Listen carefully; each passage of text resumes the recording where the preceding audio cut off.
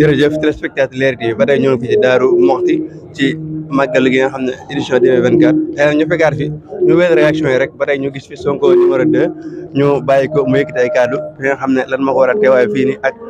digganteem ak Cheikh Abdou Mbacké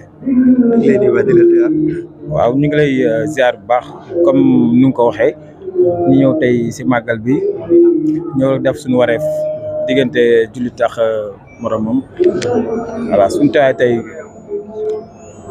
lépp ñëpp xam nañ ko mooy ñëw fédéré suñu kóllëre ak suñu diggante ak sëñ bi loo waral suñu teewaay tey.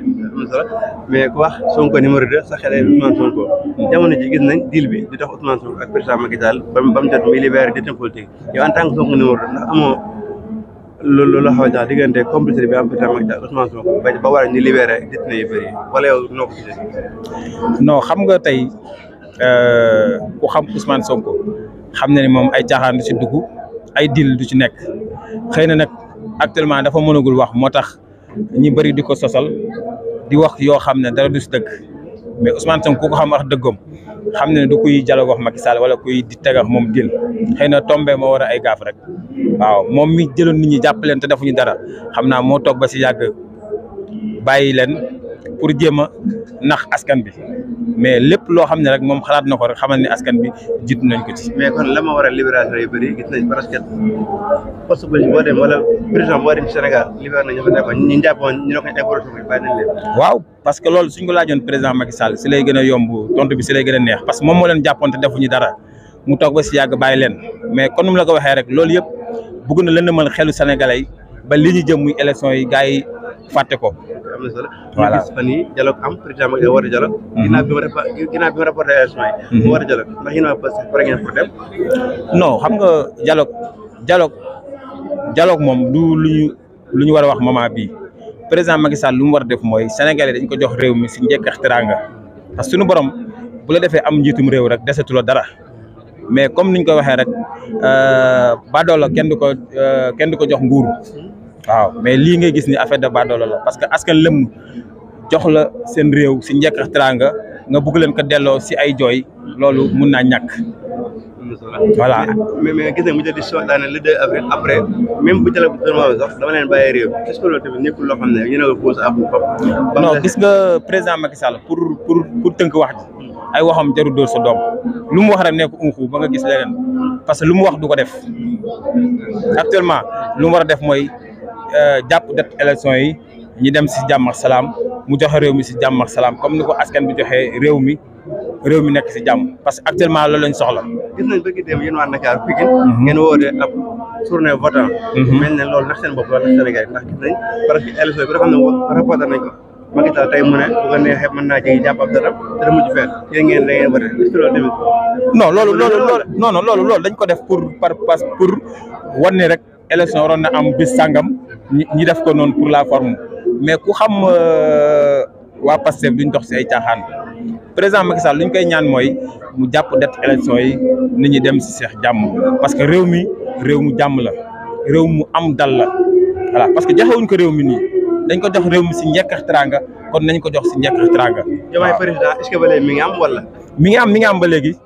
voilà mais lu may wax askan bi ak ñi nga xam ne ñoo bokk si ñun. li ñuy dégg si ay dil ak ay président Macky Sall dafa gisee Ousmane Sonko loolu amul képp ku ko wax waxul dëgg ku xam président Ousmane Sonko xam ne ni du dialogue ak Macky Sall bay gisoo moom naan day tegax moom dil voilà confiance bu ñu am ci moom ba tey nañ ko gën a yokk waaw parce que président Ousmane Sonko du dugg si ay caaxaan du dugg si loo xam ne ëllëg dañ koy joxoñ baaraam. léegi nag da ngeen campagne la 30 est-ce que loolu tamit nekkul loo xam ne comme li ñu la wax yëkkati fi na taxut ngeen def ko. ndax gis nañ ne par président ma waxagut fii seegu tar fii ngeen bëgg campagne la 30. waaw ñun tout le temps ñun comme ni waxee ñun tout le temps dañuy nekk si liggéey bi ñun tout le temps dañuy nekk si waar bi ba dara duñu bett fitna moom jamono bii mun naa wax mënut a ñàkk parce que man xam naa ne président Macky Sall réew mi pour mu jóge fi nekkul ay waxtaan nekkul di dajaloo ay meeting di woote ay rassemblement loolu mooy fiy jógeloo président Macky Sall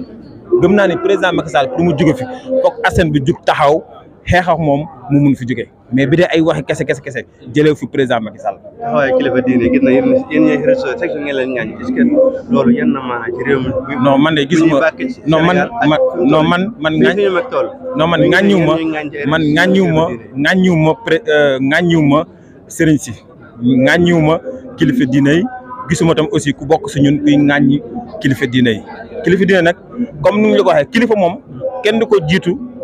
si wàllam kilifa doo ko ne jugal wax wala génnal wax kilifa moom foog naa comme que ay kilifa la ñoom lu ñu war a def xam nañ ko waaw lu ñu war a def xam nañ ko lu jëm si kilifa yi ñoom du ma si sori mais man askan Sénégal lu may wax si ñoom mooy nañ jug taxaw pour jàmmarax Macky Sall pour mun fi waaw lu may tàggoo rek comme ni nga ko waxee rek ñun ñëpp nañ waaj lii nekk suñu kanam parce que président bi ma gis ay wax kese jëlee ko fi ay dajaloo jëlee ko fi buñ jugul surtout ndaw ñi nañ jug taxaw pour lii jeex fi voilà jërëjëf Sonko numéro 2 mu nekkoon fii ci kër sëñ Cheikh Abdou Mbacké ci cérémonie bi nga xam doon nañ ko amal après waa Leral TV doon def ay réaction gis ngeen Abdoulaye Cissé jël nañ tamit Sonko numéro 2 loolu lépp rek ngir toppaleen événement bi ak kilifa yi ñu ngi fi ñëw duñ ñàkkut ne dañ jëla yeneen kilifa boo ko laajee incha allah jërë ngeen jëf